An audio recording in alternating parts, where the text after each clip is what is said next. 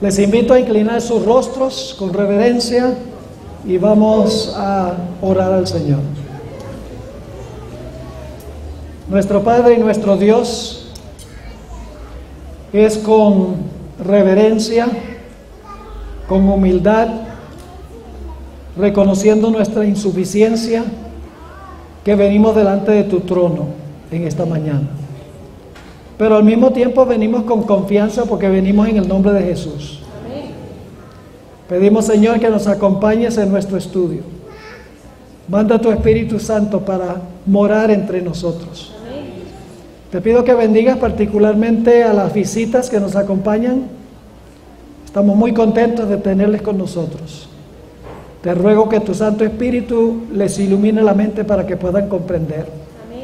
Y les abra el corazón para recibir el mensaje de hoy. Gracias te damos de antemano, porque sabemos que has escuchado y has respondido esta oración, porque te lo imploramos en el nombre precioso de Cristo nuestro Salvador. Amén. Quiero repasar, ¿qué cosa? La cadena profética para los que han estado aquí. ¿Cuántos han estado en el transcurso de la semana? Levanten la mano. ¿Cuántos han estado?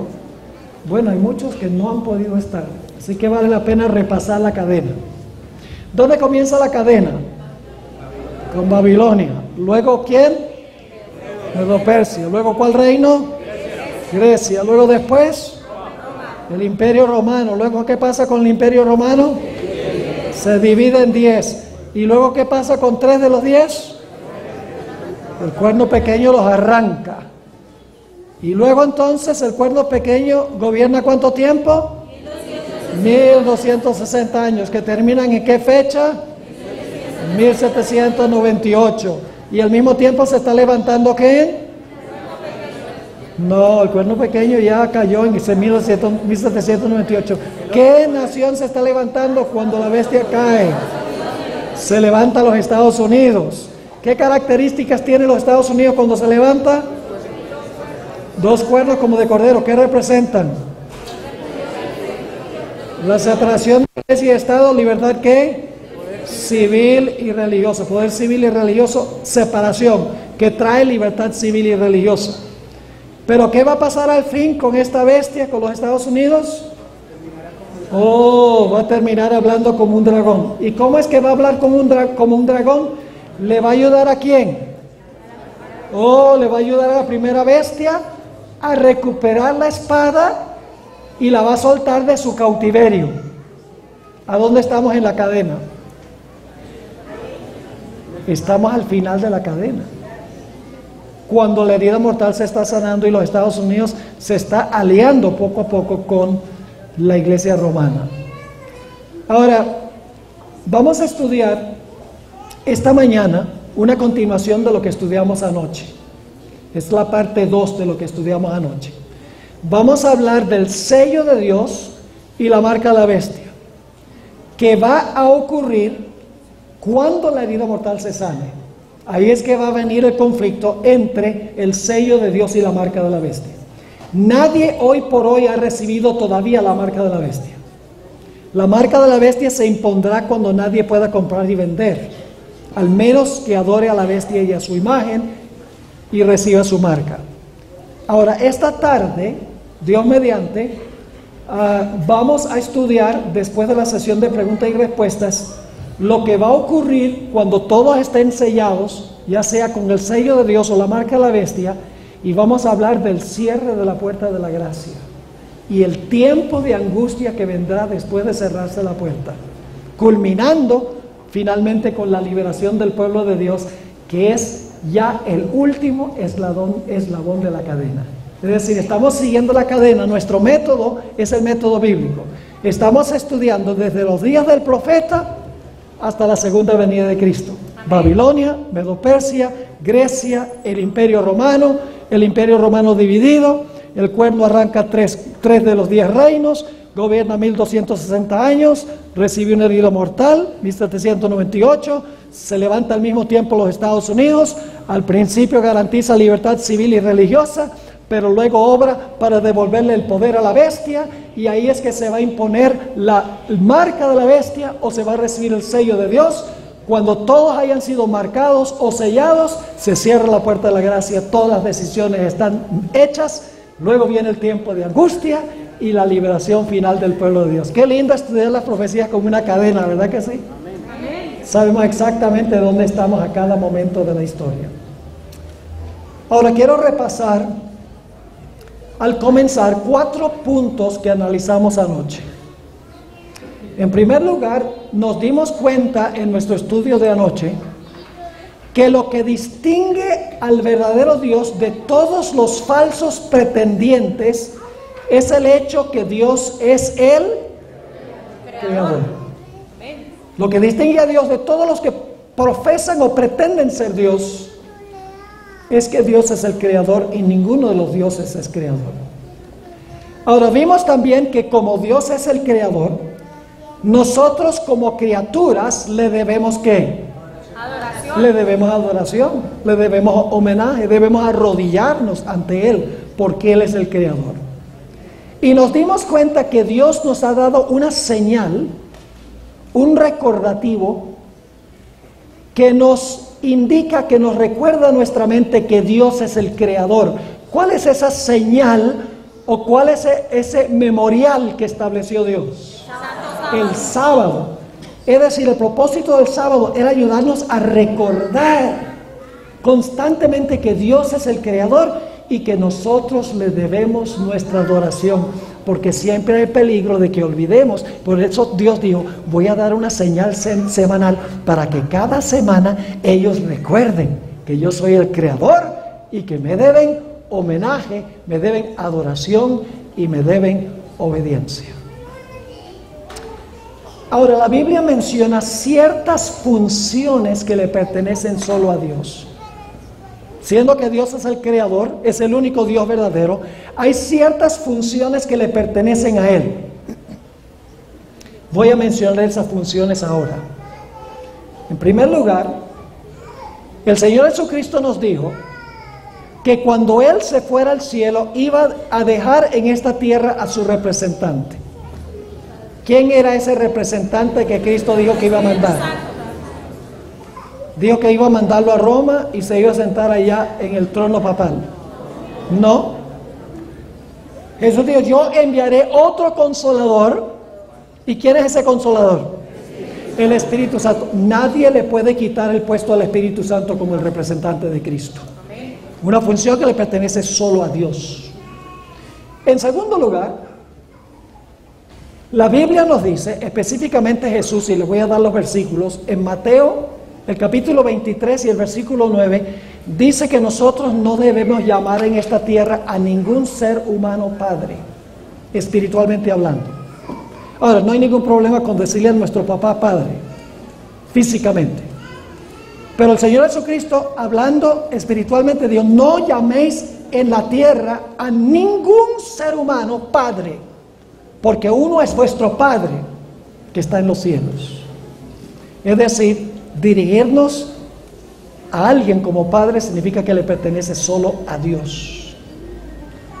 Otro aspecto que le pertenece solo a Dios es que nosotros solo podemos arrodillarnos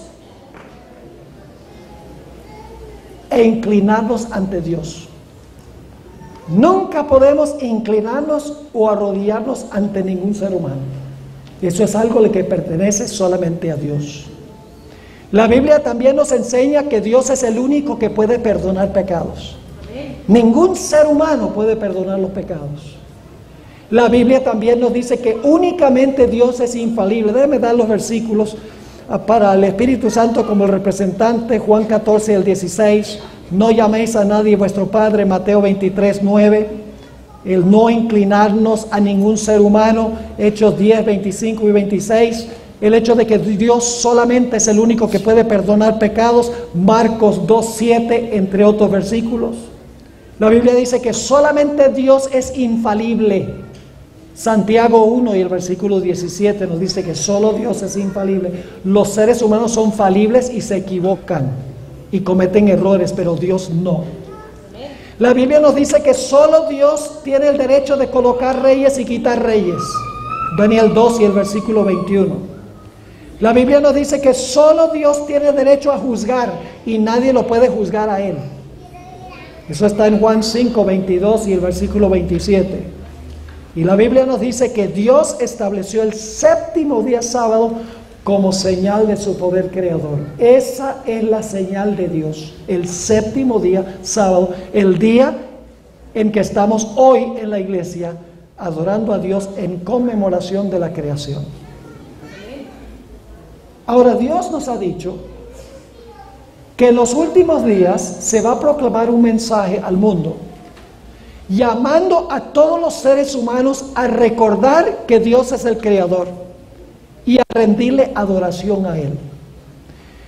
Se llama el mensaje del primer ángel. Vamos a Apocalipsis 14, 6 y 7, a donde se encuentra el último mensaje de Dios al planeta Tierra.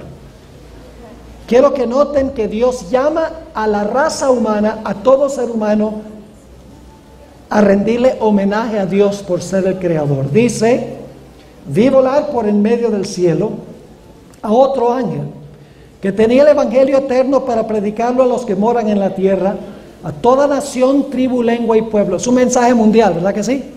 Toda nación, tribu, lengua y pueblo, diciendo a gran voz: temed a Dios y dadle gloria, porque la hora de su juicio ha llegado. Y ahora viene la parte que quiero subrayar: y adorad a aquel que hizo el cielo y la tierra, el mar y las fuentes de las aguas.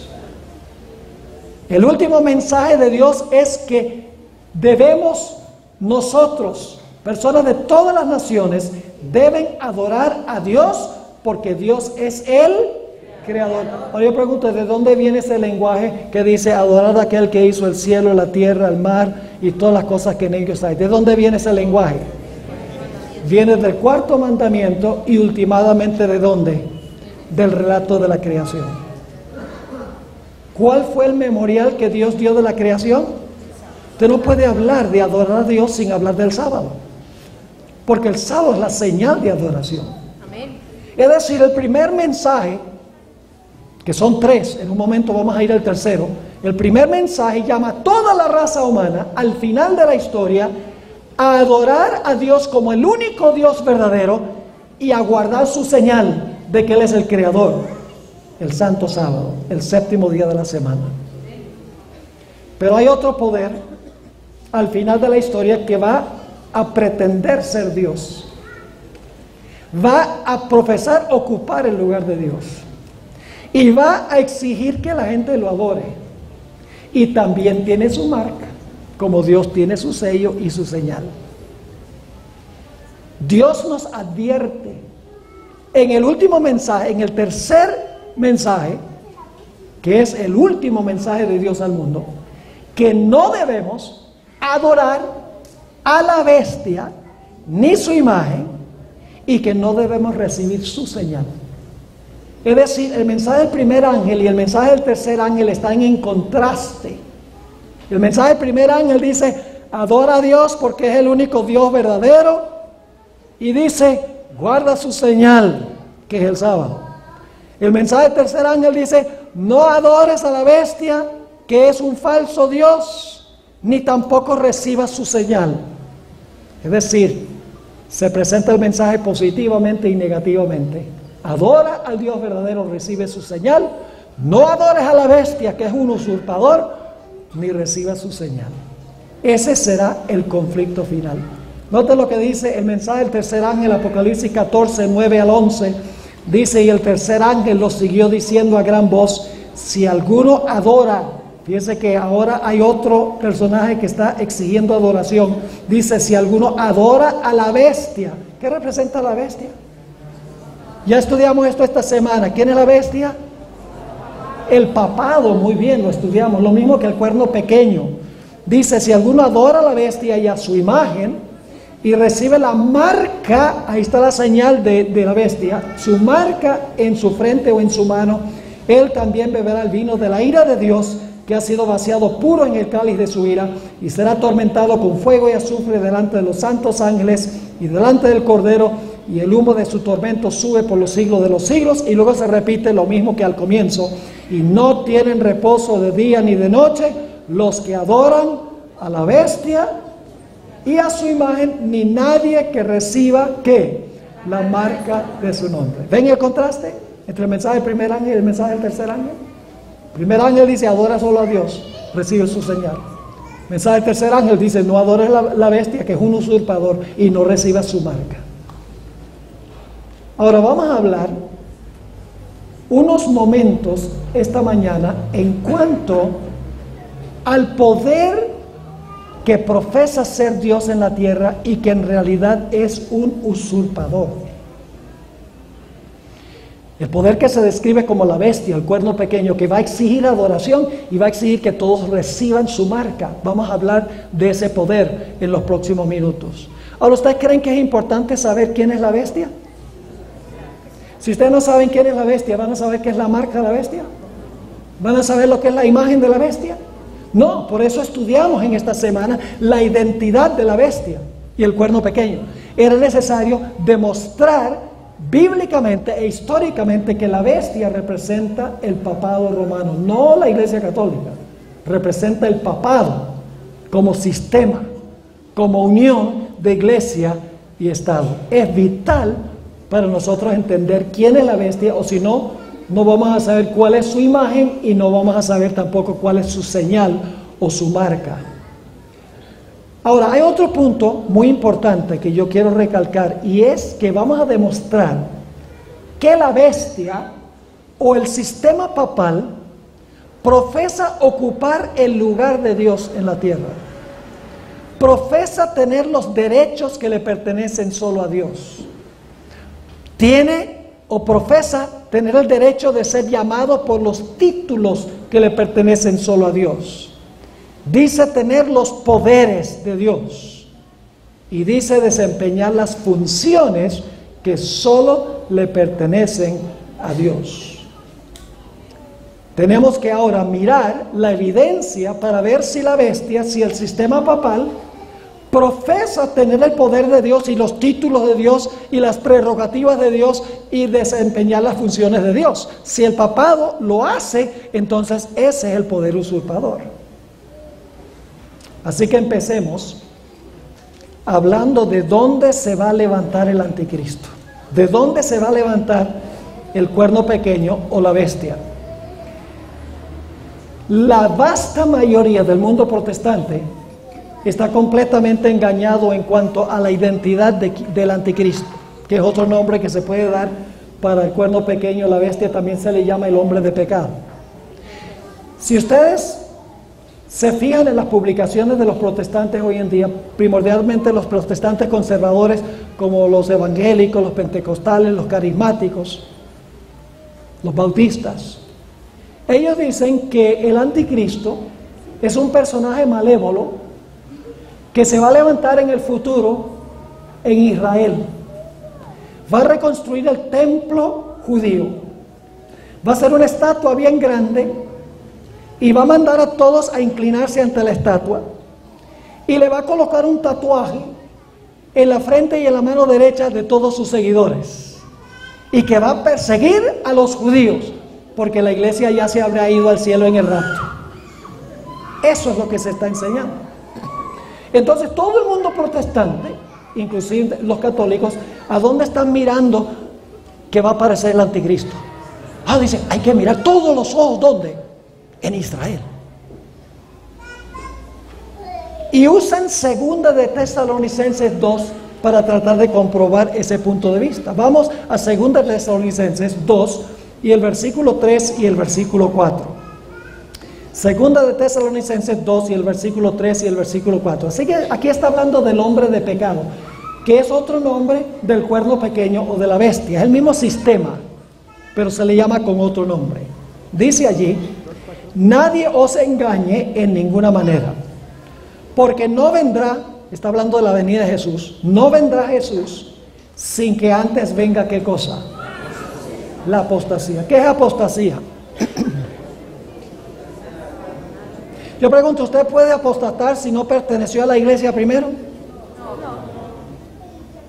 No. Porque apostasía significa que usted perteneció y se fue.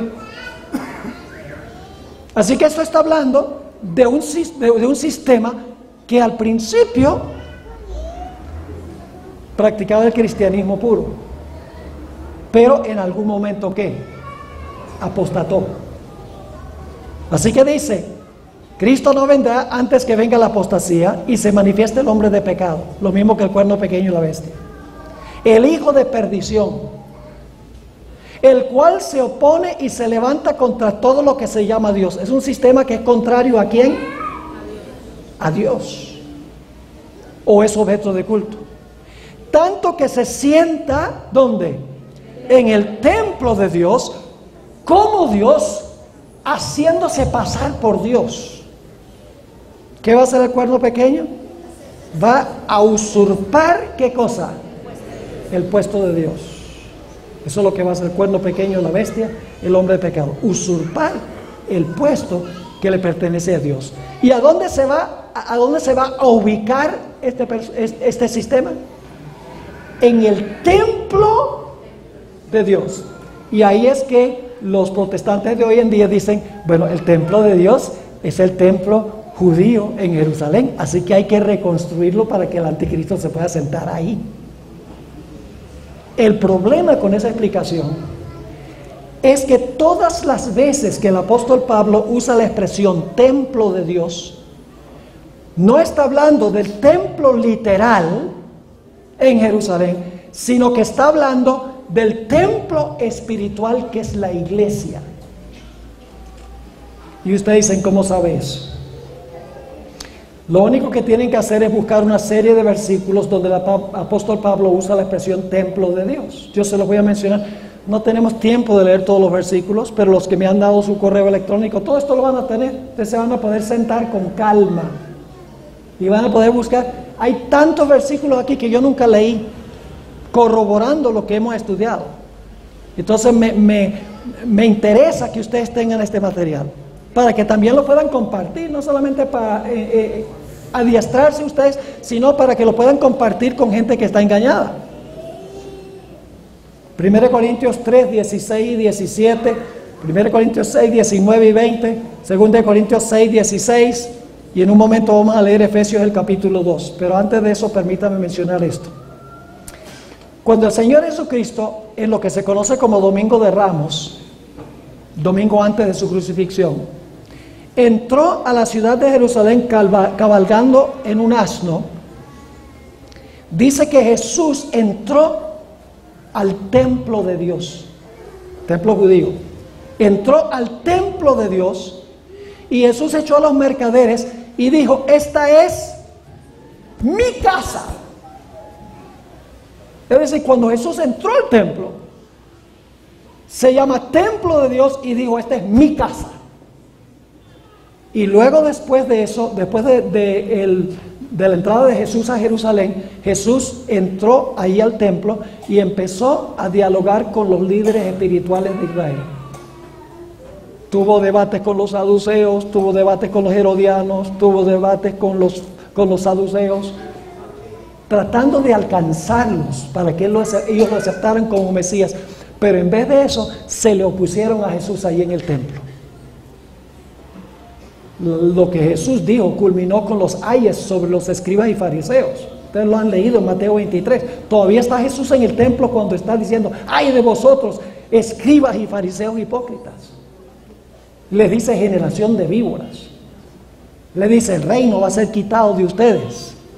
Les dice serpientes. Óigame, le está diciendo esto a los líderes de la nación judía.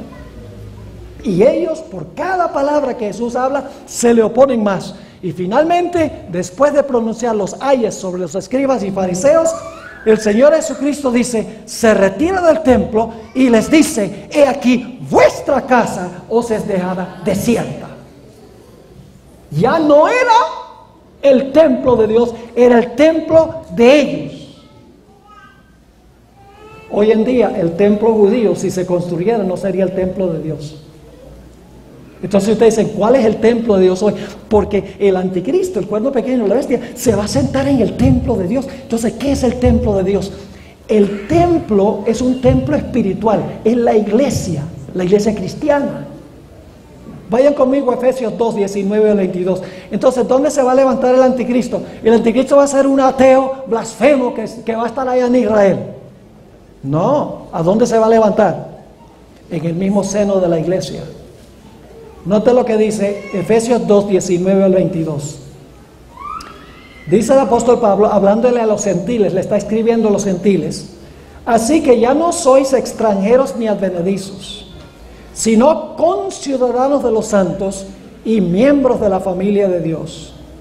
Y ahora escuchen bien: edificados sobre el fundamento de los apóstoles y profetas. ¿Cuáles son los fundamentos? ¿Piedras o gente? Gente. Sobre el fundamento de los apóstoles y profetas, siendo la piedra principal del ángulo Jesucristo mismo. ¿La piedra principal es una piedra o es una persona? Una persona. ¿Y el templo en sí quién es? Los fundamentos son apóstoles y profetas, la piedra principal del ángulo Jesucristo. ¿Y las piedras del templo qué son? Nosotros los miembros. Sigue diciendo en el versículo 21, en quien todo el edificio. ¿Cómo es la cosa? ¿Es un edificio? Sí. ¿Literal o espiritual? Espiritual. Con fundamentos espirituales. Piedra principal del ángulo espiritual. Dice, en quien todo el edificio, bien coordinado, va creciendo para ser un ¿qué? Un templo santo en el Señor. Ahora, en el Antiguo Testamento, ¿quién habitaba en el templo? La Shequina, ¿verdad? La gloria de Dios descendía visiblemente, la gente podía ver la gloria de Dios descender en el templo. Yo pregunto, ¿cuál es la gloria en el templo espiritual, en la iglesia hoy? Dice el versículo 22, en quien vosotros también sois juntamente edificados para morada de Dios en el Espíritu. ¿Cuál es la Shequina o la gloria que habita en el templo? El Espíritu Santo. Pero ya no es visible, sino invisible. ¿Qué es el templo de Dios entonces? La iglesia cristiana. ¿A dónde se va a levantar el anticristo, el cuerno pequeño de la bestia? Allá en el Medio Oriente. No, ¿dónde? Va a aparecer en la misma iglesia y va a profesar ¿qué cosa? Ocupar el lugar de Dios y tener el poder y las prerrogativas que le pertenecen solamente a Dios. Ahora, mis hermanos y hermanas, apreciadas visitas, el Papa tiene dos nombres predilectos que se le dan a él, dos títulos. Un título que se le ha dado a través de los siglos es el título Vicarius Filii Dei. No voy a entrar al hecho de que el nombre latino da 666 cuando se calcula el valor latino de cada una de las letras. Vicarius Filii Dei significa, la palabra vicario significa alguien que ocupa el lugar de otro. Es decir, vicarius en lugar de otro, Fili, hijo, Dei, Dios, significa uno que ocupa el lugar del Hijo de Dios. Ese es uno de los nombres oficiales del Papa a través de los siglos, el que ocupa el lugar de Dios. Un nombre más común que aún se usa hoy en día para los papas es Vicarius Christi. Significa uno que ocupa el lugar de ¿quién? Uno que ocupa el lugar de Cristo. Nosotros a veces pensamos que la palabra anticristo significa contra Cristo. Pero en realidad en el idioma griego, cuando se usa la preposición anti y va conectada con un sustantivo, porque la palabra anticristo son dos palabras griegas, una preposición anti y la otra Christos.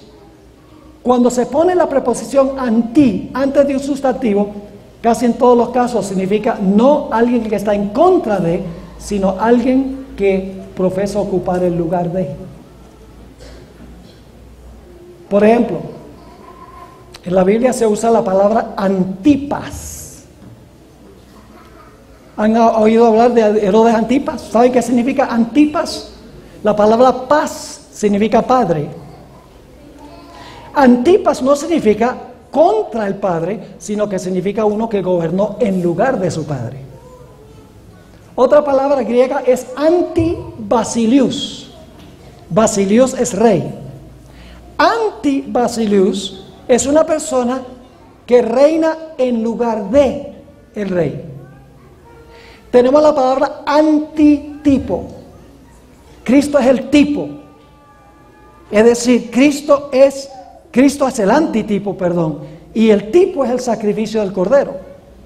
Es decir, cuando se sacrificaban corderos, ese era el tipo que apuntaba hacia Jesús. Cuando viene Jesús, Él es el antitipo o el cumplimiento del tipo. Es el que toma el lugar del cordero. Antitipo no significa contra el tipo, sino que significa ahora que Cristo ocupa el lugar del tipo. También se usa en el Nuevo Testamento la palabra antilutrón. Se traduce que Cristo murió en lugar de todos nosotros.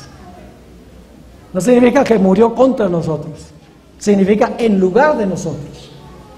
Es decir, este anticristo que se sienta en el templo, no debemos pensar que es un blasfemo, como creen los protestantes.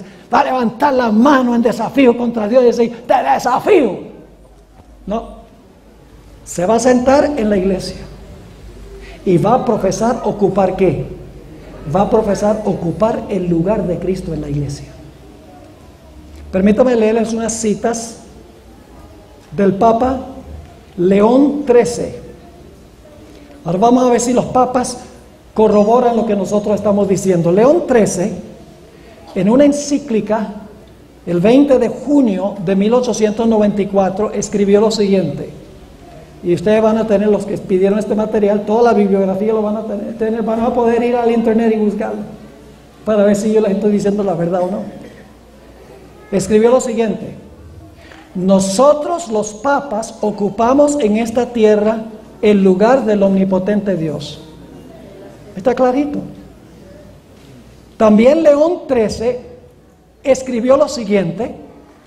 Esto se encuentra en otra encíclica de León XIII, escrita en 1890. Dijo: pero el maestro supremo de la iglesia es el pontífice romano. Por eso, la unión de las mentes requiere, además de una perfecta armonía de la única fe, requiere la sumisión y la obediencia de la voluntad a la iglesia y al pontífice romano como a Dios mismo. Hay que obedecer al pontífice como a Dios mismo. Escribió este Papa León XIII en su encíclica. En un comentario bíblico que fue editado por Lucius Ferraris, se llama Prompta Biblioteca. Es una enciclopedia o un diccionario muy reconocido por la Iglesia Católica. Inclusive la Enciclopedia Católica, refiriéndose a esa enciclopedia, dice: es una enciclopedia veraz de información religiosa y una mina de preciosa información. Ahora les voy a leer un párrafo de esa preciosa información.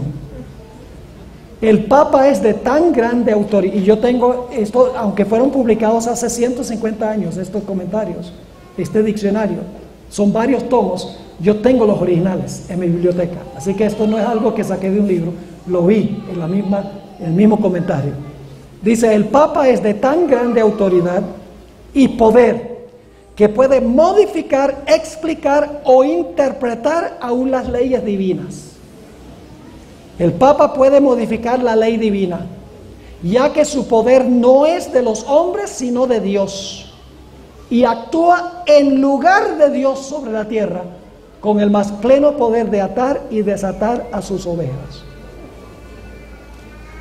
Esto no lo está diciendo cualquier teólogo por ahí, lo están diciendo papas y diccionarios reconocidos de la Iglesia Católica. Están diciendo que el Papa ocupa el lugar de Dios en la tierra y que hay que obedecerle como si estuviéramos obedeciendo a Dios mismo. Eso es lo que dice 2 Tesalonicenses 2. Eso es lo que significa la palabra anticristo, lo que significa la palabra o el nombre Vicarius Christi. Ahora vamos a hablar del nombre que se le da al Papa por el pueblo común. ¿Cómo lo llama la gente? El Santo ¿qué? Santo Padre, no solo Padre, Santo Padre. ¿Qué fue lo que dijo Jesús? A nadie llaméis en la tierra vuestro Padre, porque uno es vuestro Padre, Dios que está en los cielos. Así que está usurpando un nombre que le pertenece a Dios. En Mateo 23:9 dice Jesús: no llaméis Padre a nadie en la tierra, porque uno es vuestro Padre, el que está en los cielos. Yo pregunto, a través de la historia, ¿el Papa ha permitido que la gente se les arrodille y le rinda homenaje? Sí, señor. Permítame leerles una cita de Gregorio VII. En el año 1075 escribió una serie de dictados sobre el honor que se le debía rendir al Papa. Y en el artículo, se llama Dictatus Papae, en el artículo 9 escribió este Papa Gregorio VII que los príncipes besen tan solo los pies del Papa. Y eso no es algo de la Edad Media. Hasta tiempos relativamente recientes se hacía eso, besar los pies del Papa e inclinarse delante de él. Qué contraste con la Biblia. ¿Ustedes recuerdan la experiencia de Pedro, quien supuestamente fue el primer Papa? ¿Recuerdan a Cornelio? Cornelio, ese gentil, después que Pedro tuvo su visión 3 veces, llega Cornelio y entonces sale Pedro a encontrarse con él. ¿Y qué hace Cornelio? Oh, Cornelio se postra delante de él. Y Pedro le dice: bésame el dedo.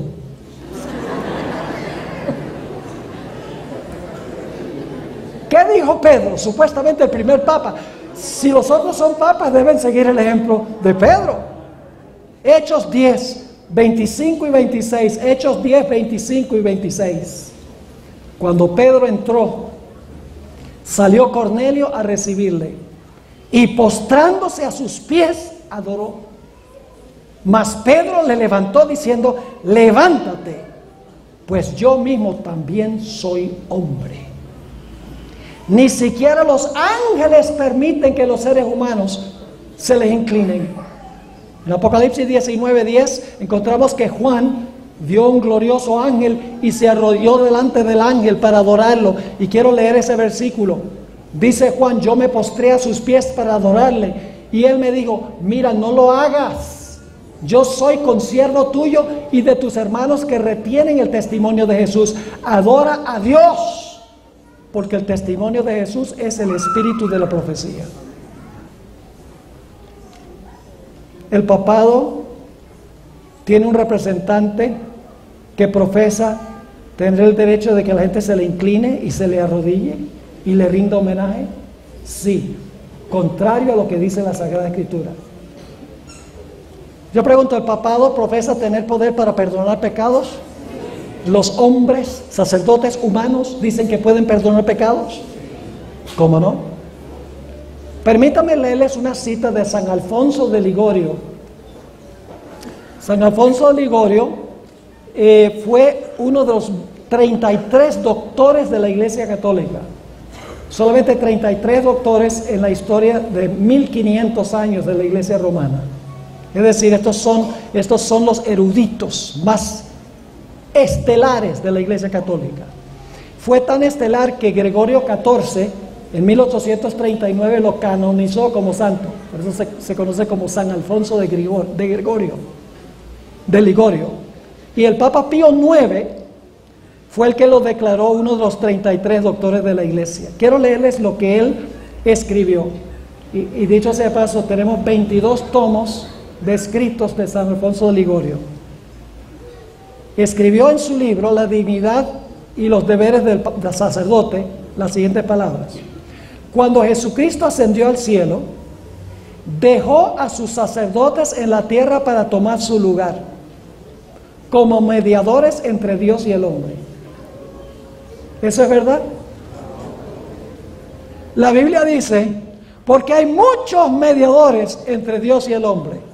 No, señor. La Biblia dice, porque hay un mediador entre Dios y los hombres, Jesucristo, hombre.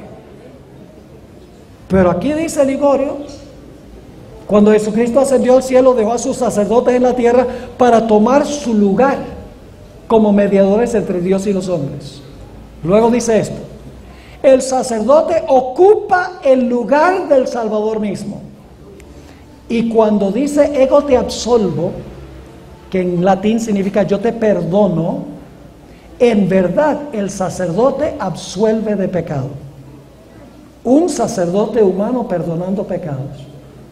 La Biblia dice que solo Dios puede perdonar pecados. Ningún ser humano puede perdonar pecados. Y ustedes saben que el Papa Francisco I declaró que desde el 8 de diciembre del 2015 hasta el 20 de noviembre, que ya está a la vuelta de la esquina, de este año 2016, se llama el año de la misericordia, donde los que realmente se arrepienten y vayan al confesionario y le confiesen sus pecados al sacerdote, reciben absolución. Inclusive mujeres que han abortado bebés, si están arrepentidas, dice, vayan al sacerdote para que el sacerdote le perdone los pecados. ¿Y cómo sabe el sacerdote si el arrepentimiento es genuino o no? Tendría que saber si es genuino o no para perdonarlo. Al decir eso, está profesando al sacerdote tener el poder y las prerrogativas de Dios. Y escuchen, lo que más interesante es, saben que las indulgencias fueron lo que crearon el problema de la Reforma Protestante.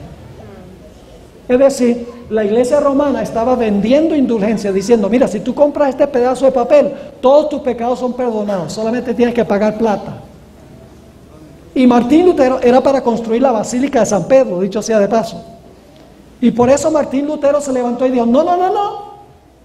El perdón no se puede comprar con dinero. Tu dinero perezca contigo. El pecado lo perdona Dios. No puede el Papa ni ningún ser humano dar una indulgencia en un pedazo de papel que perdone todos los pecados.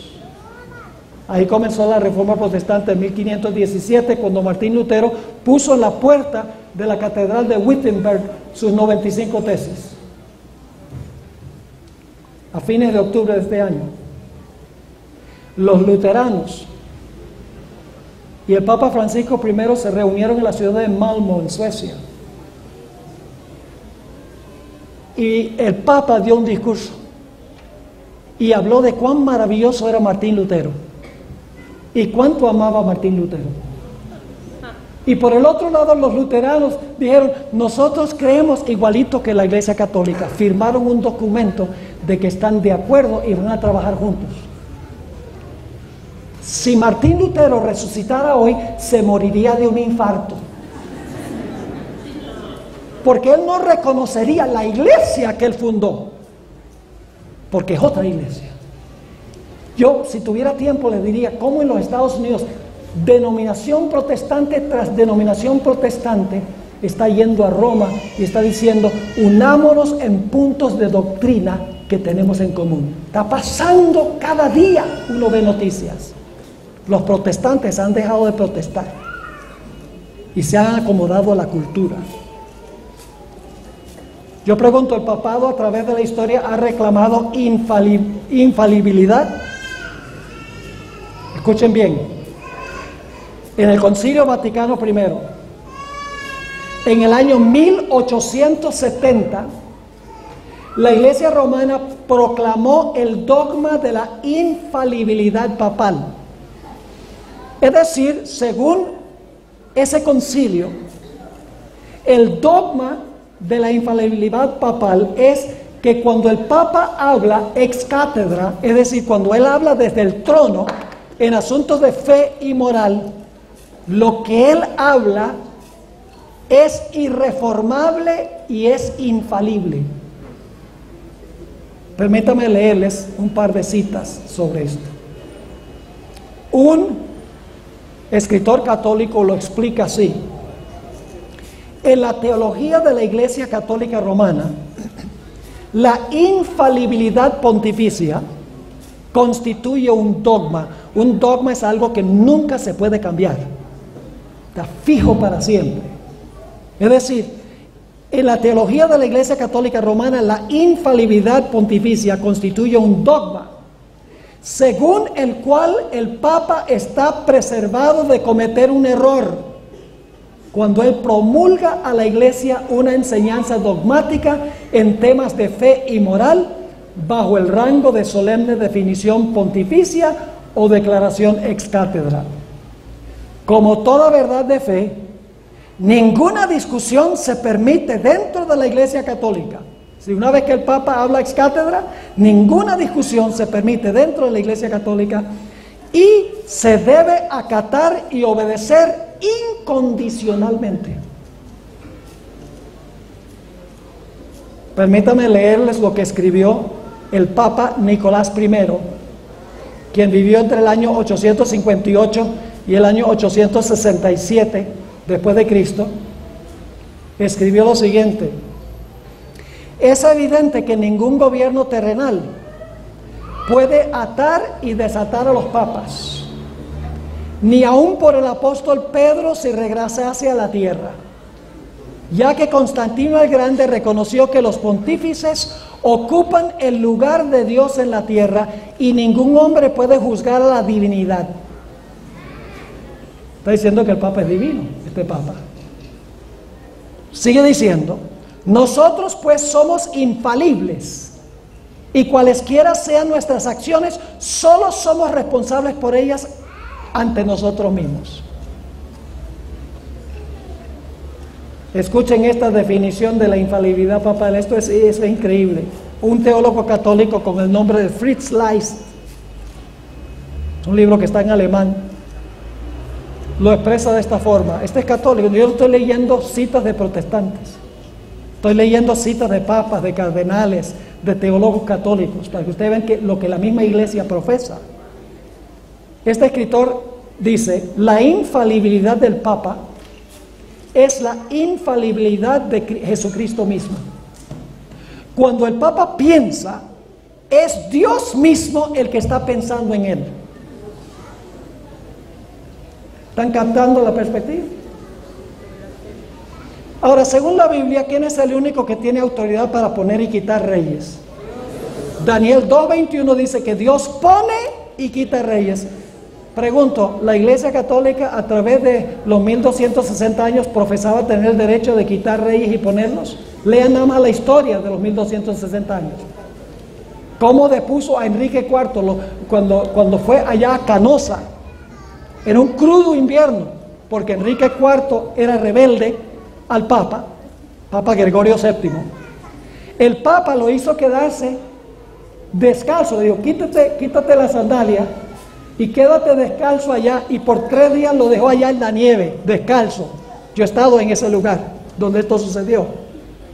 Y después de estar allá en el frío, le digo: bueno, finalmente te doy audiencia, porque ya lo había depuesto como rey, y como lo había depuesto, entonces los súbditos abandonaron su alianza a Enrique IV. Así que el Papa le dijo: bueno, ya que tú ahora estás aquí y estás arrepentido de lo que hiciste, te vuelvo a restituir como rey.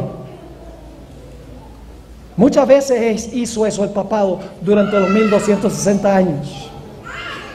Permítame leerles lo que declaró el Concilio de Trento, un concilio eclesiástico muy famoso, el más largo de la historia de la Iglesia Católica, desde 1545 hasta 1563. El Concilio de Trento declaró lo siguiente: todo el poder temporal le pertenece. ¿A quién le pertenece el poder temporal? Dice al Papa. Yo pregunto, ¿el poder temporal le pertenece a la Iglesia? No, según lo que hemos estudiado, el poder temporal es de César y la Iglesia es ¿qué? Ahí gobierna Dios. Sigue diciendo: el poder temporal le pertenece. El dominio, la jurisdicción y el gobierno de toda la tierra le pertenecen por derecho divino. Todos los gobernantes de la tierra son sus sujetos y tienen que someterse a él. Concilio de Trento, Concilio Eclesiástico de la Iglesia Católica. En Dictatus Papae, por Gregorio VII, en el artículo 12, esto fue lo que dijo el Papa Gregorio, que le es lícito al Papa deponer a los emperadores. Quiero leerles una bula es una carta personal del Papa, que escribió el Papa Bonifacio VIII en el año 1302.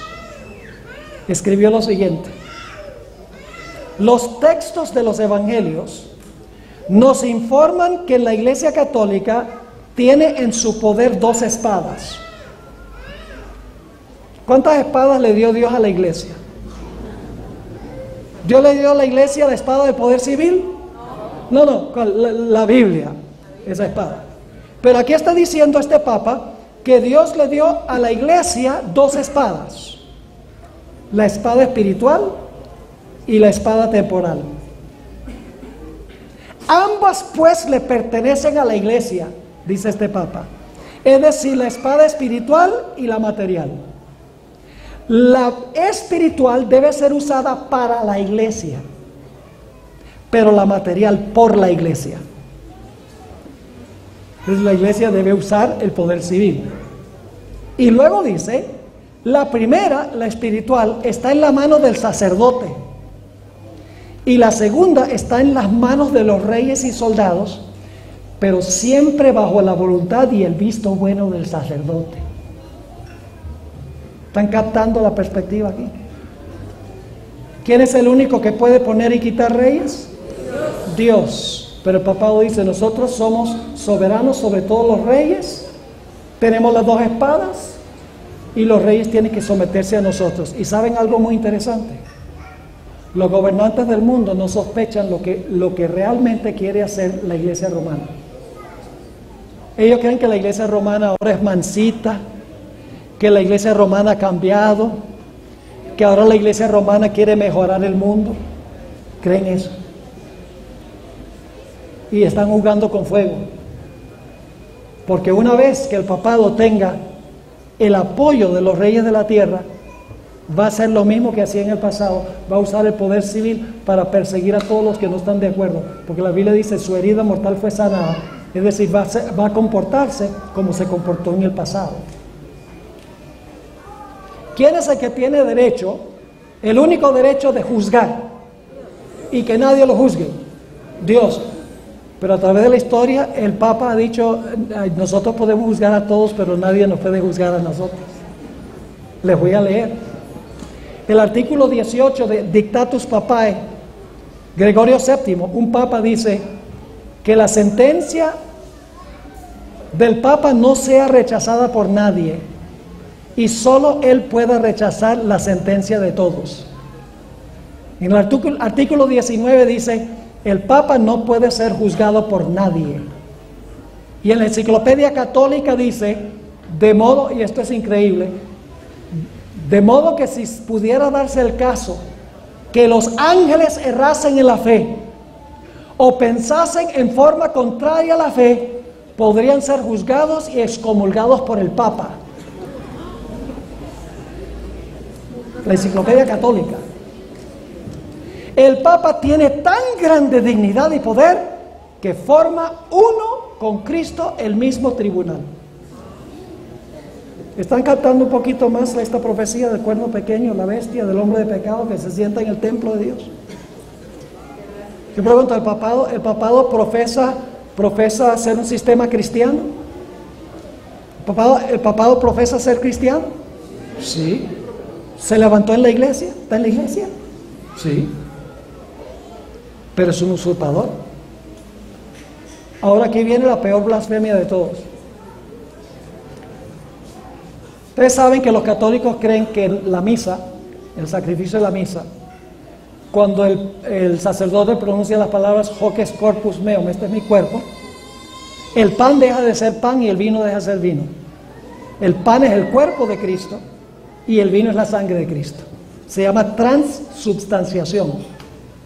Es decir, aunque el vino todavía sabe a vino y el pan todavía sabe a pan, De todas maneras dicen que eso es solamente lo exterior. En realidad el pan no es pan sino carne, y el vino no es vino sino sangre. Eso cree la Iglesia Católica. Ahora escuchen la cita que voy a leer de San Alfonso de Ligorio, este doctor de la Iglesia romana, altamente admirado.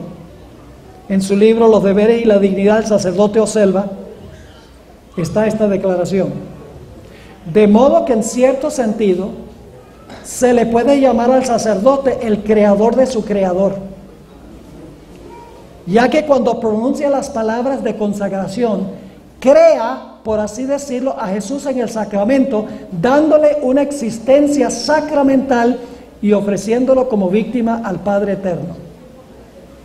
Así como en la creación bastó que Dios dijera sea hecho y fue hecho, Él habló y existió, asimismo basta que el sacerdote diga hoc est corpus meum, este es mi cuerpo, y he aquí que el pan ya no es pan sino el cuerpo de Cristo. Ahora aquí viene la parte clave. El poder del sacerdote, según San Bernardino de Siena, es el poder de una persona divina, pues la transubstanciación del pan requiere tanto poder como la creación del mundo. Lo dice un doctor de la Iglesia romana. Y solamente le estoy leyendo algunas citas, por la premura del tiempo, tengo muchas más. Pero algunos dicen hoy en día, pero pastor, ese era el papado del pasado. Hoy el papado no dice esas cosas. ¿Sabe por qué no dice esas cosas hoy? Porque vivimos en un mundo posmoderno, a donde la gente no acepta la autoridad. El ADN del papado de hoy es el mismo ADN que existía en el pasado, pero ha cambiado su estrategia por ganar la confianza de los poderes civiles del mundo. Es decir, el papado lo que ha tenido es un cambio cosmético. Se ha puesto maquillaje. Pero es el mismo sistema que persiguió a los santos durante las edades oscuras. No ha cambiado su esencia, sino que ha cambiado su estrategia para ganar ventaja. Quiero leerles una cita del Espíritu de Profecía, en ese clásico libro, El conflicto de los siglos. Si hay alguna visita que no ha recibido ese libro, están repartiendo gratis ese libro. Aquí, pida uno en la puerta. Es un libro extraordinario, fue escrito hace más de 120 años. Y predijo lo que está pasando hoy. Particularmente lee la última parte del libro y dice, wow, eso es lo que está pasando en el mundo hoy. Ahí en El conflicto de los siglos, página 558, dice la escritora: la Iglesia Católica le pone actualmente al mundo una cara apacible y presenta disculpas por sus horribles crueldades. Lo hizo Juan Pablo II y Francisco I. Fueron y le pidieron perdón a los protestantes. Sigue diciendo, se ha puesto vestiduras como las de Cristo, pero en realidad no ha cambiado. Todos los principios formulados por el papismo en edades pasadas subsisten en nuestros días. Las doctrinas inventadas en los siglos más tenebrosos siguen profesándose aún. Nadie se engañe. El papado que los protestantes están ahora tan dispuestos a honrar es el mismo que gobernaba al mundo en tiempos de la Reforma, cuando se levantaron hombres de Dios con peligro de sus vidas para denunciar la iniquidad de él. El romanismo sostiene las mismas orgullosas pretensiones con que supo dominar sobre reyes y príncipes y arrogarse las prerrogativas de Dios. Su espíritu no es hoy menos cruel ni despótico que cuando destruía la libertad humana y mataba a los santos del Altísimo. El papado es precisamente lo que la profecía declaró que sería: la apostasía de los postreros días. Forma parte de su política asumir el carácter que le permita realizar mejor sus fines. Y ahora, esta es la mejor descripción que yo he visto jamás del papado. Dice la escritora: bajo la apariencia variable del camaleón, oculta el mismo veneno de la serpiente. ¿Qué es un camaleón? Cambia de color dependiendo del ambiente donde esté para que la gente no lo pueda ver. ¿Qué descripción tan tremenda? Bajo la apariencia variable del camaleón. Yo pregunto, a pesar de que el camaleón varió su color, ¿todavía es camaleón? El papado, aunque varía su metodología, ¿todavía sigue siendo el papado? Sí, claro que sí. Ahora, debemos hablar en estos momentos del más grande abuso de autoridad que ha ejercido el papado en su historia.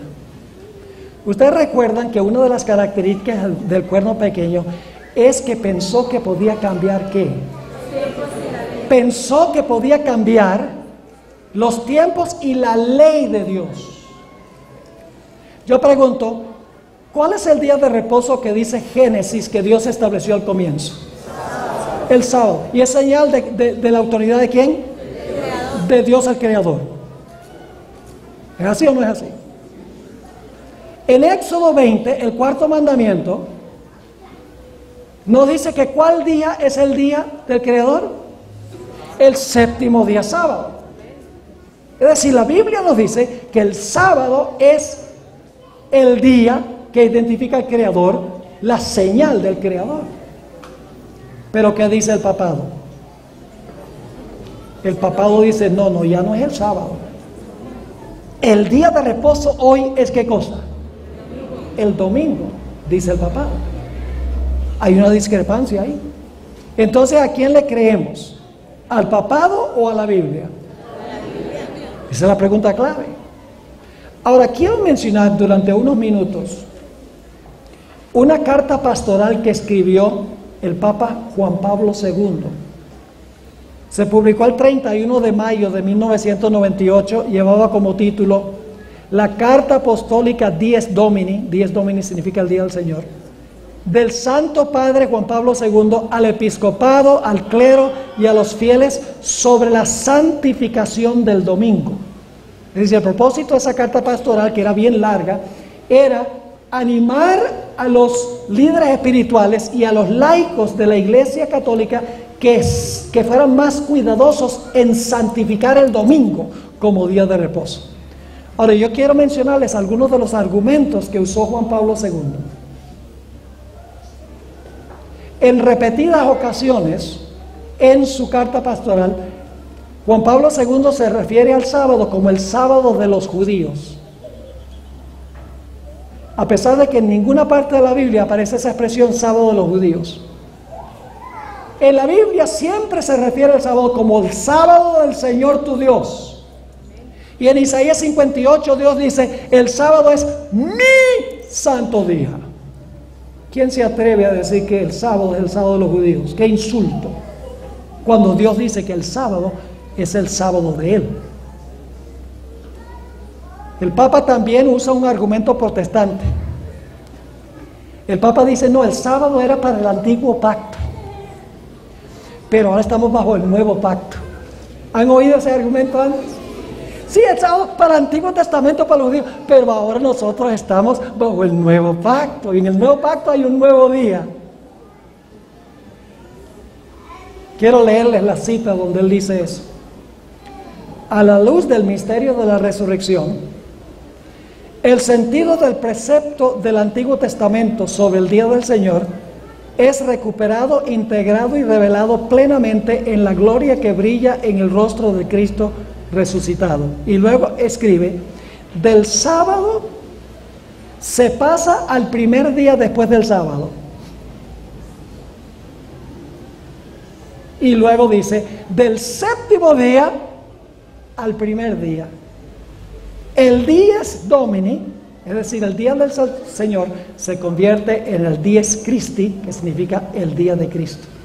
Es decir, el sábado era para el antiguo pacto, el domingo es el día del nuevo pacto, aun cuando la Biblia nunca dice tal cosa. Y saben, hay algo muy interesante, y es que el papado continúa muchas de las prácticas del antiguo pacto. Prenden velas, rocían agua bendita, edifican altares, usan vestiduras sacerdotales, queman incienso, repiten oraciones memorizadas, como hacía Israel en el Antiguo Testamento, y lo continúan en el Nuevo Pacto. Pero cuando se trata del cuarto mandamiento, dice, eso era para el Antiguo Pacto. Ahora escuchen, también Juan Pablo II dijo que debemos celebrar cada semana el domingo la resurrección de Cristo.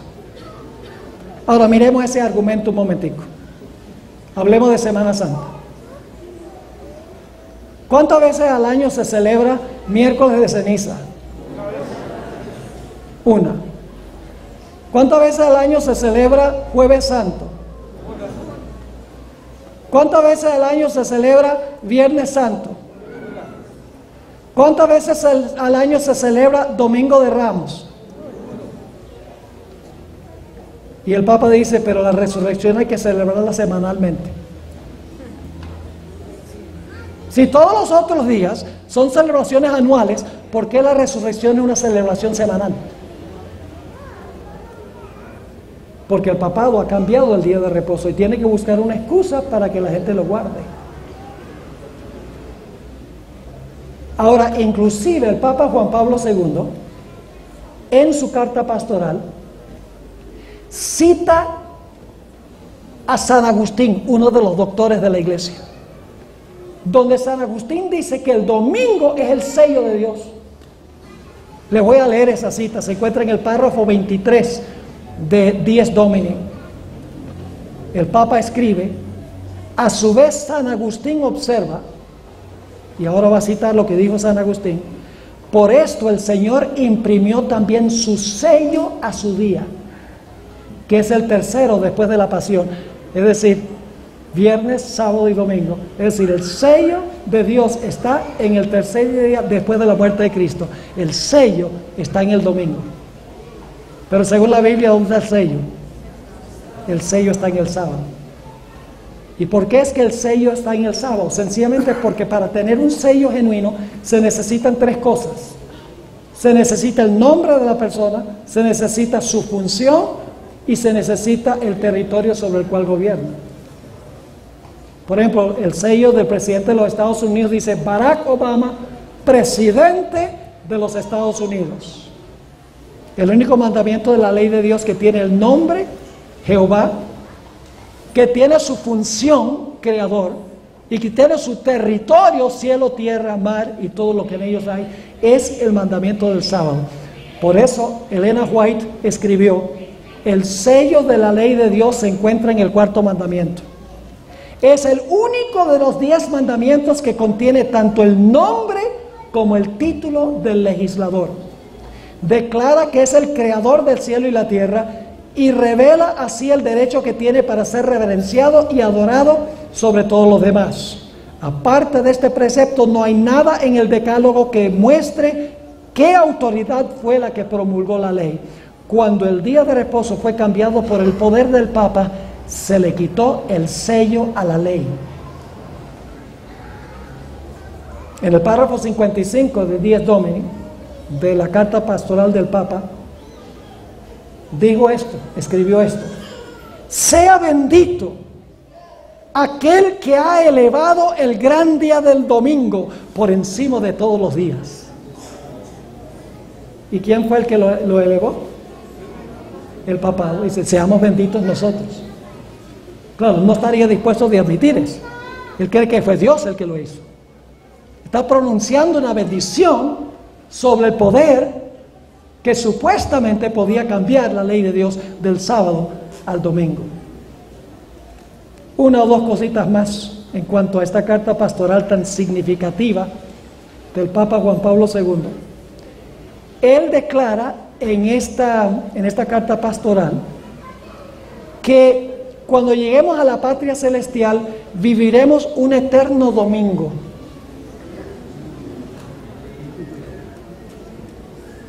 Voy a leerles la cita. En el párrafo 84 dice, y de domingo en domingo, la comunidad cristiana iluminada por Cristo camina hacia el domingo sin fin. de la Jerusalén celestial. Cuando se completará en todas las cosas sus facetas la mística ciudad de Dios, que no necesita ni de sol ni de luna que la alumbren, porque la ilumina la gloria de Dios y su lámpara es el Cordero. Está diciendo que cuando lleguemos a la ciudad celestial va a haber un eterno domingo, porque ahí no va a haber sol ni luna, y por lo tanto si no hay sol ni luna, tampoco hay semana y tampoco hay día. Suena bonito el argumento, excepto por el hecho de que Dios dice en Isaías 66, el versículo 22, que vamos a ir a adorar delante de Dios de mes en mes y de sábado en sábado. Tiene que haber un ciclo mensual y semanal. Pero ¿acaso no dice que en la ciudad no va a haber sol ni luna? Lo que pasa es que la gente no lee con cuidado. El texto no dice que no va a haber sol ni luna. Dice en la ciudad no había necesidad de sol ni de luna. No dice que no hay sol ni luna, dice que no hay necesidad. En la ciudad, no en toda la tierra. Déjeme ilustrar el punto. Supongamos que es un día radiante en Bogotá, que no he visto mucho esta semana, pero es un día bien radiante, el sol está brillando fuertemente. Y yo llevo una linterna prendida y estoy alumbrando la linterna en el suelo. ¿Se ve la luz de la linterna? No se ve. La gente va a creer que estoy loco andando con la linterna. La linterna está brillando, pero no se ve la luz de la linterna. ¿Por qué razón? Porque el sol deslumbra la luz de la linterna. No es que la luz de la linterna no esté prendida, sino que la luz mayor la deslumbra. Así va a ser en la ciudad. La gloria de Dios es tan grande que el sol y la luna no se ven. Pero según la Biblia no va a haber un eterno domingo, sino que vamos a ir de sábado en sábado a adorar delante de Jehová. Entonces, ¿a quién usted cree? ¿Al Papa Juan Pablo II? ¿A lo que dice Dios en la Biblia? Esa es la decisión que nosotros tenemos que tomar. Ahora, el Papa sabe que los protestantes no aceptan la tradición de la Iglesia Católica, porque los protestantes dicen, nosotros solamente vamos por lo que dice la Biblia. Entonces el Papa en su carta pastoral tenía que apelar a los protestantes, porque él sabía que en realidad los protestantes no aceptan la autoridad de la tradición de la Iglesia. Y por lo tanto el Papa en la carta pastoral usa los mismitos argumentos que usan los protestantes contra el sábado, para echárselos al bolsillo y mostrar, yo estoy de acuerdo que el cambio al sábado está en la Biblia. Por ejemplo, dice, hay 8 versículos que dicen que Jesús resucitó el domingo. Bueno, ¿y qué? Resucitó. ¿Dónde dice que debemos honrar ese día porque resucitó? ¿Dónde dice que es santo? ¿Dónde dice que debemos ir a la iglesia? En ninguna parte. Sencillamente dice Cristo resucitó. Y la gente dice, pero el hecho de que resucitó tiene que ser importante, de que escogió resucitar el domingo. Escuchen bien, hermanos y hermanas, el día importante no fue el domingo, sino el sábado. Porque Jesús tenía que descansar en el sepulcro el 7º día, como reposó de su obra de creación al principio. Y si tenía que reposar en el sepulcro todo el sábado, pues ¿qué día iba a resucitar? Tenía que resucitar el siguiente día. Pero no es porque el domingo es importante, sino porque el sábado es importante, porque tenía que descansar en el sepulcro antes de resucitar. Dice, pero Jesús caminó con 2 discípulos a Emaús el domingo por la tarde. ¿Y qué? Y se apareció a los apóstoles en el aposento alto el domingo en la noche. Pues ¿cuándo se iba a aparecer? Si resucitó el domingo.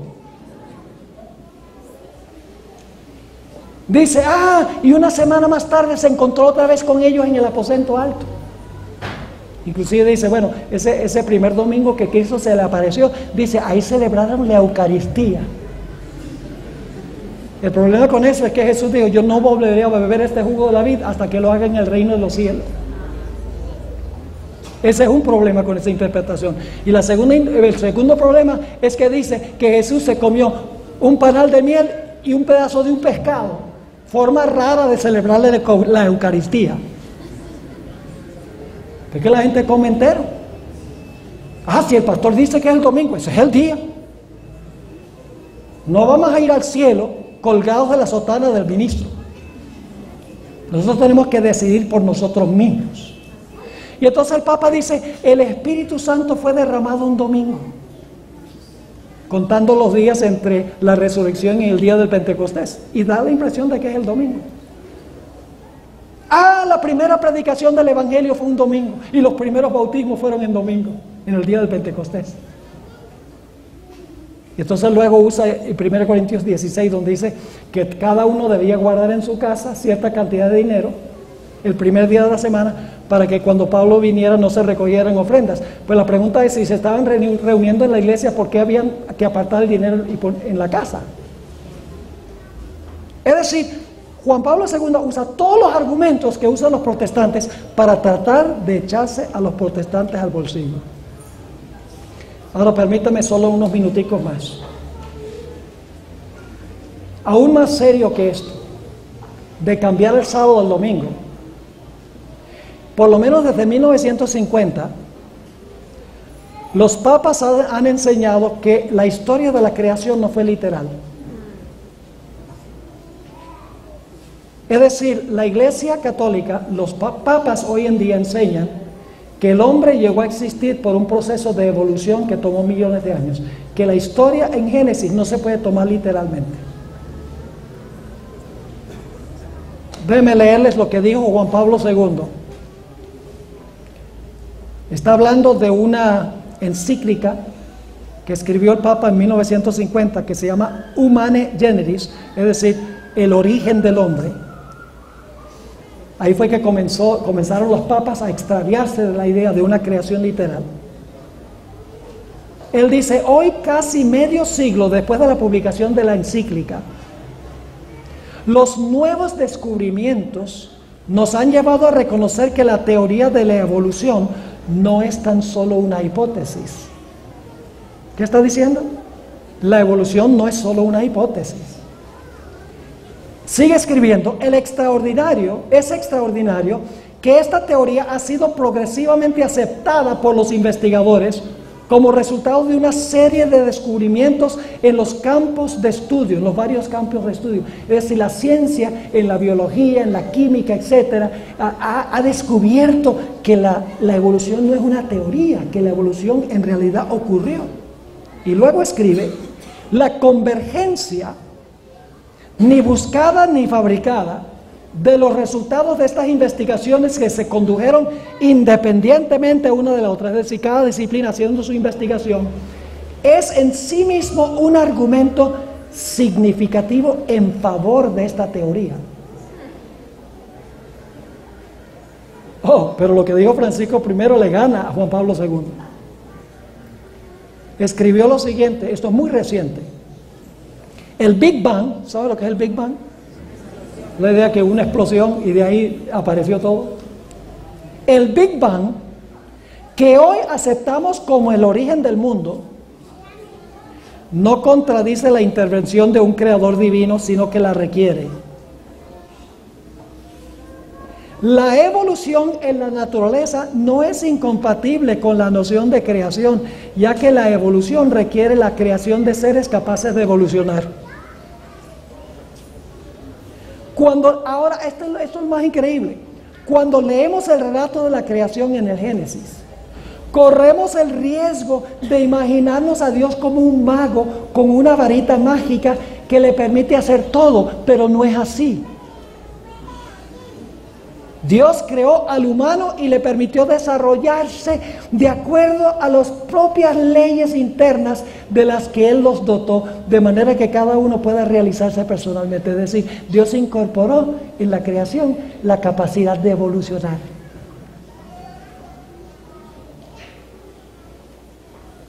Por esa razón, y si ustedes no creen en la historia literal de la creación, ¿cuáles fueron las dos instituciones que estableció Dios en la creación? El sábado y ¿qué? El matrimonio. Yo les pregunto, si la historia de la creación no fue literal, ¿qué pasa con el sábado? No tiene fundamento divino. Si no fueron 7 días y Dios descansó el séptimo, no tenemos base para trabajar 6 y reposar el séptimo. Solo una creación literal exalta el sábado. ¿Y saben que lo que dijo el Papa cuando le preguntaron en cuanto al matrimonio homosexual?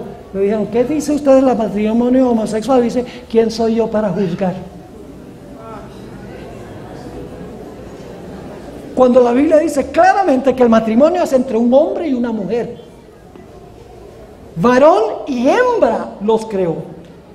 Pero si usted no cree que la creación fue literal, entonces usted puede defender el matrimonio homosexual, porque Dios no creó el matrimonio heterosexual. Cuando nos deshacemos de la creación, nos deshacemos de todo el cristianismo. Ahora, solamente un poquito más aquí. Este es el tema más largo de todos. Bueno, el de esta tarde va a ser más larguito. Esta tarde vamos a hablar del cierre de la gracia, el tiempo de angustia. Ahora yo pregunto, ¿será que la Iglesia Católica dice que la señal de su autoridad es el domingo? ¿Será que la Iglesia Católica misma dice, miren, nuestra señal de autoridad es que cambiamos el sábado al domingo? Permítame leerles 4 citas escritos por teólogos católicos. Fue por la autoridad de Jesucristo que la Iglesia Católica transfirió este reposo al domingo. Por la autoridad de Jesucristo, ¿que la qué? Que la Iglesia Católica transfirió este reposo al domingo para conmemorar la resurrección de nuestro Señor. De modo que cuando los protestantes guardan el domingo, aun cuando no quieran admitirlo, le están rindiendo homenaje a la autoridad de la Iglesia Católica. ¿Qué día guardan los protestantes en su vasta mayoría? El domingo. ¿Saben lo que ellos dicen? Es porque está en la Biblia. No, no está. ¿Dónde se originó la observancia del domingo? Más de 1000 años antes de la reforma de los protestantes. Ya la Iglesia Católica había cambiado el día. Y cuando se levantó Lutero y Calvino y los reformadores protestantes, se había arraigado tanto la práctica de guardar el domingo que ellos dijeron es una pérdida tratar de cambiar la costumbre del mundo cristiano. Y los protestantes siguieron guardando el día que la Iglesia Católica había cambiado. Aquí hay otra cita. Una palabra en cuanto al domingo. Dios dijo, acuérdate de santificar el sábado, el día sábado. El día de reposo era el sábado, no el domingo, dice este autor católico. ¿Por qué entonces santificamos el domingo en vez del sábado? Pregunta él. La Iglesia alteró la observancia del sábado a la observancia del domingo. Mire, un autor católico está diciendo, la Iglesia alteró. Y luego le echa la culpa a los protestantes por guardar el mismo día. Dice, los protestantes que profesan regirse por la Biblia y la Biblia sola y que no están dispuestos a creer nada, al menos que esté en la Biblia, deben estar medio perplejos al observar el domingo, cuando Dios dijo distintamente, santificarás el sábado. La palabra domingo no aparece en ninguna parte de la Biblia y por lo tanto los protestantes están obedeciendo la autoridad de la Iglesia Católica. Asunto de autoridad. Aquí hay otra. Y tengo muchas más. Tengo como 14 páginas de citas. Solo estoy leyendo 4 citas. Siendo que el sábado y no el domingo se especifica en la Biblia, ¿no es curioso que los que no son católicos y quienes profesan tomar su religión directamente de la Biblia y no de la Iglesia, observen el domingo en lugar del sábado? Sí, claro que son inconsistentes. Pero este cambio se hizo unos 15 siglos antes que naciera el protestantismo. Y para ese tiempo la costumbre se observaba ya universalmente. Los protestantes han continuado la costumbre de guardar el domingo, aun cuando se basa en la autoridad de la Iglesia Católica y no sobre un texto explícito de la Biblia. Dicha observancia permanece como un recordativo de la Iglesia Madre, de donde se separaron las sectas no católicas. Es como un niño que se fuga de su casa, pero aún lleva consigo en el bolsillo una foto de su madre o una trenza de su cabello. Y aquí está la última cita que voy a leer. La Santa Iglesia Católica fue la que cambió, ahí se usa la palabra de Daniel 7:25, el día de reposo del sábado al domingo, primer día de la semana. Y no solo obligó a todos a guardar el domingo, sino que urgió a todos a que trabajaran el séptimo día a riesgo de un anatema. Los protestantes profesan reverenciar la Biblia, mas sin embargo por su acto solemne de guardar el domingo reconocen el poder de la Iglesia Católica. La Biblia dice, acuérdate del sábado para santificarlo, pero la Iglesia Católica dice, no, guarda el primer día de la semana. Y he aquí que todo el mundo civilizado se inclina en obediente reverencia al mandato de la Santa Iglesia Católica. ¿Entienden un poquito más el asunto de la bestia, el cuerno pequeño, el hombre de pecado? Ahora quiero mencionar un punto para terminar. Y es que el conflicto final no es primordialmente un conflicto de días. El conflicto final tiene que ver con cuál autoridad acepta usted. Cuando yo guardo el sábado, estoy aceptando la autoridad de ¿quién? La autoridad de Dios como creador, porque Dios estableció el sábado como el día de reposo. Cuando yo guardo el domingo, si lo llegase a guardar, ¿la autoridad de quién estoy aceptando? La autoridad del poder que dice que cambió el día. Es decir, detrás del día está la autoridad que cambió el día. Y cuando guardo el domingo estoy reconociendo la autoridad del que estableció el domingo. Y cuando guardo el sábado estoy reconociendo la autoridad del que estableció el sábado. Es cuestión de cuál autoridad acepta usted. Y al final de la historia todo el mundo tendrá que decidir si recibir la señal o el sello de Dios, o recibir la señal o la marca de la bestia. Esa será la gran prueba final, que dividirá al mundo en dos grupos. Y una vez que todos los seres humanos hayan decidido si van a hacer lo que dice el mensaje del primer ángel, adorar a Dios y darle gloria en honor al Creador, guardando su señal, o hayan decidido adorar a la bestia y recibir su señal, cuando todos los seres humanos hayan decidido, entonces se va a cerrar la puerta de la gracia y va a comenzar el tiempo de angustia, cual nunca se ha visto jamás, porque ahora la bestia va a perseguir a aquellos que tienen el sello de Dios. Va a usar nuevamente el poder civil para actuar como actuó en el pasado, y traerá un tiempo de angustia cual no se ha visto jamás en la historia del mundo. ¿Les quedó claro lo que estudiamos?